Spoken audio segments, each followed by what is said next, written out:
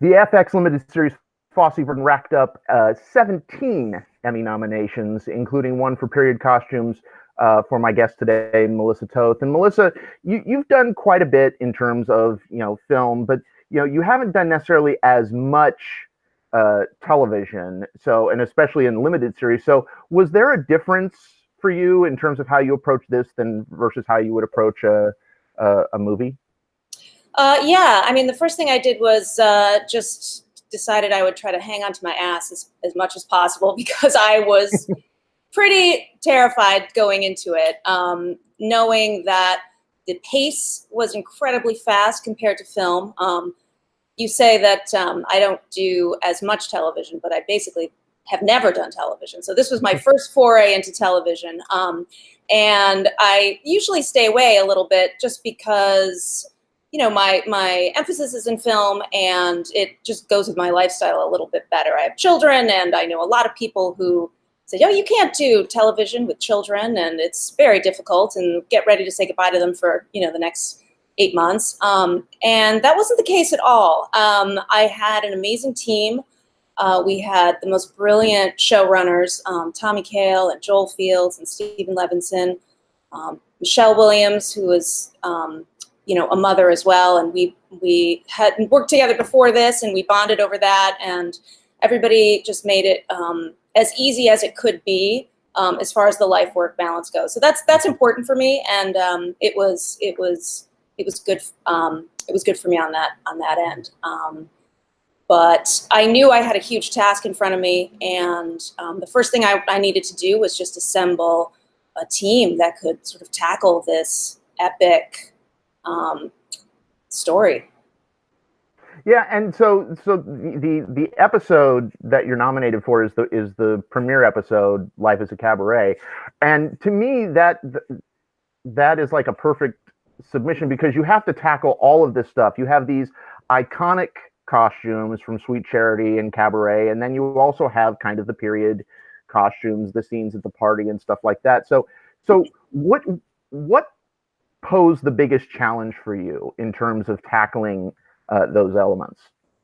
I mean, I wouldn't say the biggest challenge, but each element posed a different challenge. So there was the intimacy of the home life and the romantic relationship, that the story that we wanted to tell, which is the kind of stuff that we needed to create based on a lot of great family photographs that Nicole Fosse brought to us. There wasn't a lot for Gwen's world online, a little bit more for Bob. He seemed to have a little bit more research available, but we really used a lot of Nicole's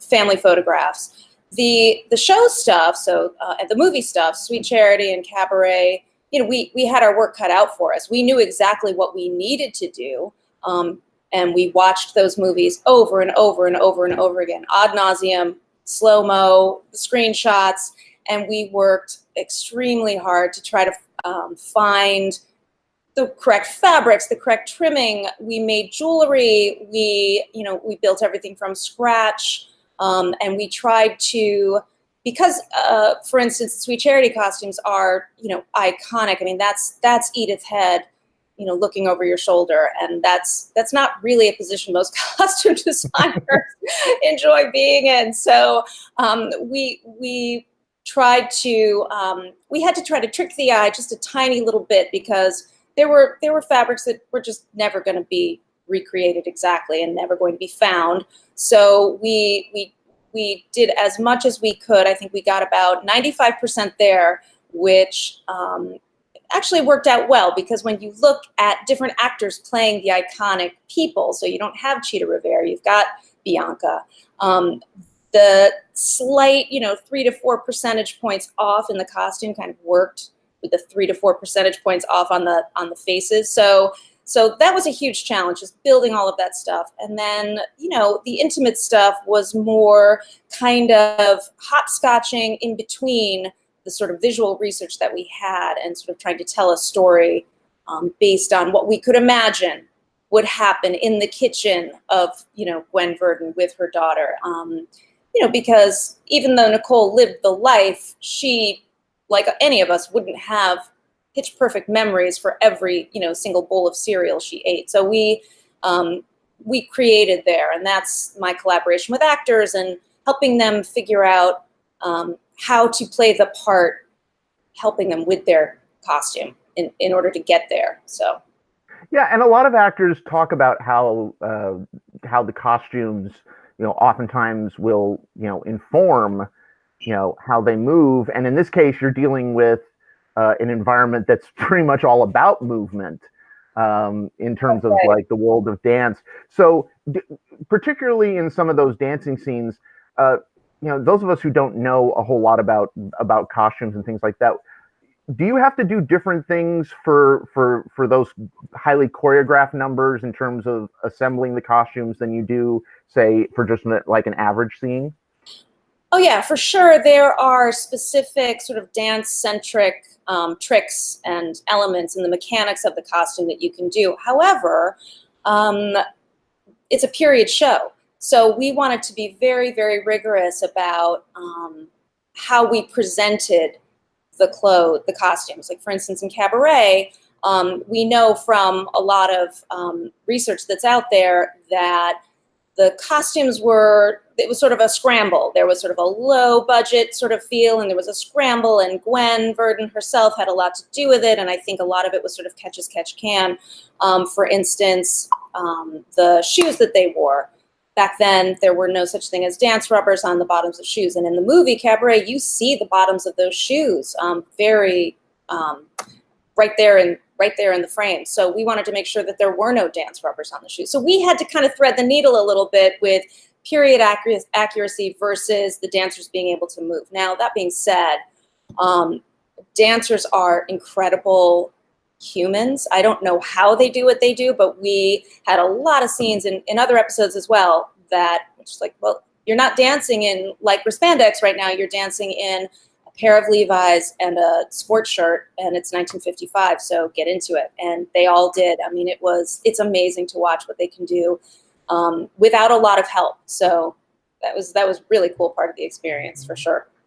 So looking at the totality of the show, it is at the heart of it. It is this story about Bob Fosse and Gwen Verdon. So how did you work with Sam Rockwell and Michelle Williams? Did you work really closely with them in terms of their costuming? Very closely. I've worked with both Sam and Michelle before, and really, the approach to begin with is building a relationship of trust. It's not necessarily, well, immediately, what do you think of this sweater, and what do you think of this shirt, and what do you think of this? It's a mutual kind of discussion, and especially when high caliber actors like that are playing other famous people, it's a very tricky place for them to go.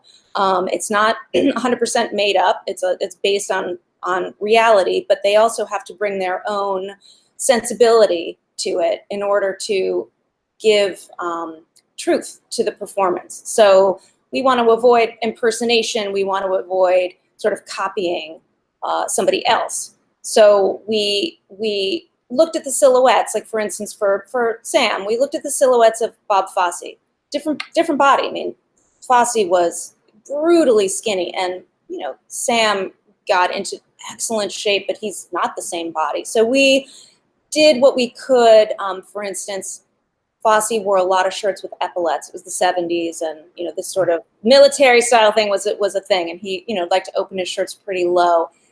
Once we got that silhouette on Sam, I think he started to feel like, I don't have to have the exact same body as Bob Fosse did. I can be myself and get into the walk and the gait and the gesture of it. And that's enough, usually, for great actors like Sam and Michelle. That is enough to, set them sail. Same with Michelle. We looked at the few photographs that we had of sort of Gwen on her own in private life, and we kind of blossomed from there. And anytime an actor is, just 100% comfortable in what they're wearing, they feel like it's the character, then they forget about it. It's a beautiful thing. It's the thing that I love the most about costume design. you're allowing the actor to have the performance that they want to do, which is great. So there's a lot of, you know, talk, and, you know, I did have a foot up only because I'd worked with both of them closely in the past. So we already had kind of a shorthand. And it was, I mean, it was really a great experience with both of them. I loved it. So, you know, the whole of the series has this, you know, it's of course highly theatrical with these two people, and of course there are these gigantic choreographed set pieces. So was there a scene or an episode in particular that provided you with like the biggest challenge? I mean, episode 1, right off the bat, it was front loaded with, you know, the entire series was front loaded with, you know, Sweet Charity, which is, you know, all those girls in a lineup, and Cabaret, which is everybody on stage. And that was,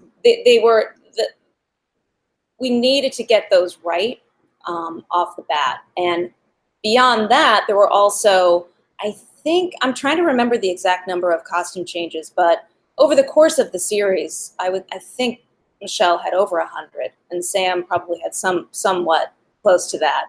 And then you've got, you know, just huge background scenes. So, you know, that's the other element to shows like this, or movies that are period. It's very easy to sort of not go the distance with background and sort of think, well, they're in the background, but it is part of the production design, essentially. So we wanted, you know, our production designer, Alex Gigerlando, was so amazing and just detailed down to the last iota of just exactitude. And we wanted to be part of that. So, you know, we worked very, very tirelessly to get and my team especially, to get those background numbers and everybody looking just amazing. Now, you don't always see everybody. You know, that's the thing. It's like, oh, we just did a lot of work, and maybe you see 20% at some point, but it sells it. So it's well worth it. And you're not only tackling, you know, of course, Sweet Charity and Cabaret. You're also tackling, you know, Pippin and Chicago and Damn Yankees. So yeah. How familiar were you prior to this with that kind of, you know, Broadway sensibility? Pretty familiar. I mean, I'm a theater girl from way, way, way back, and have a pretty good sense of all of that stuff and the history of it.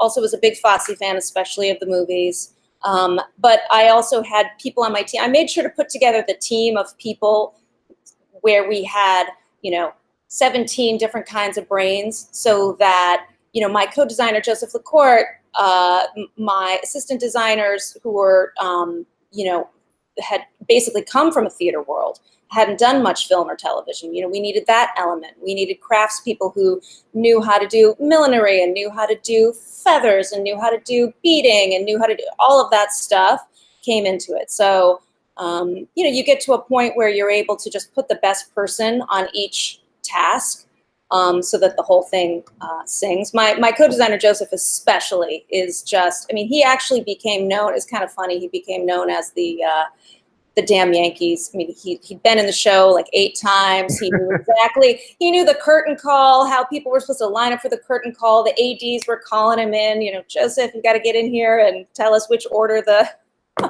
curtain call was. So it was, we had an amazing team of, I mean, I think we had 25 people altogether in the costume department. So that's a big crew. And so we had all kinds of experts all across the board. So now that you've had this, you know, this first taste really of television, is this something you want to? Well, a really large taste. A full banquet. A buffet table. Exactly. All you can eat. Do you want to? Would you be open to doing more television now? I mean, if Tommy Kail asked me, I certainly will. For sure. You know, he made everything just so wonderful. He's such a great guy. You know, it really depends on the subject matter. I mean, I loved this. This was extremely special. This project, I don't know how many times this comes along, but you know, I'm always open for anything. To me, it's all based on script. You know, if the script is great, if there are great characters, I am down for it. So yeah, I'll go back to TV. Can I stay in New York and work 10-hour days? I don't know. Well, Melissa, thank you so much. Congratulations on the Thank Emmy you. nomination. Best of luck. Thank you. Everybody log on to goldderby.com, make your predictions, and stay tuned for more conversations with Emmy nominees throughout the season. Melissa, thank you so much. Thank you very much.